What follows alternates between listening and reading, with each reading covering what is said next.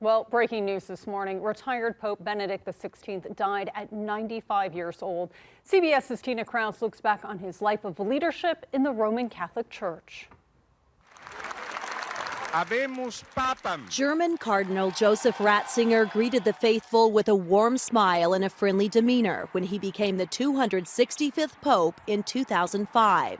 It's something many did not expect from the conservative hardliner who had spent 20 years as the feared chief enforcer of Vatican conservatism. Ratzinger's softer side was first seen during his touching homily at Pope John Paul II's funeral mass.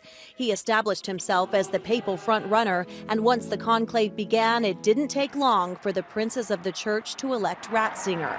He chose the name Benedict XVI and began the difficult task of replacing John Paul II, one of the most popular leaders the Catholic Church has ever known.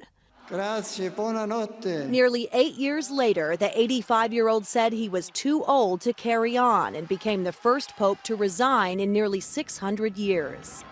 During his papacy, Pope Benedict worked to clean up the church sex scandal after taking a lead role in the investigation into pedophile priests in 2001. Pope Benedict went on to make a public apology for the sexual abuse of children at the hands of Catholic clergy. The Pope also apologized for offending Muslims during a trip to his native Germany.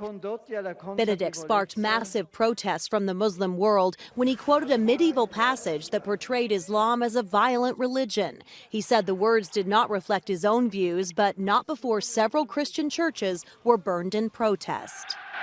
Ratzinger's early life was also not without controversy. During World War II, Ratzinger said he was forced to join the Hitler Youth and serve in an anti-aircraft battery. But some historians say he might have been able to avoid serving. He deserted the German army toward the end of the war and was briefly in a POW camp.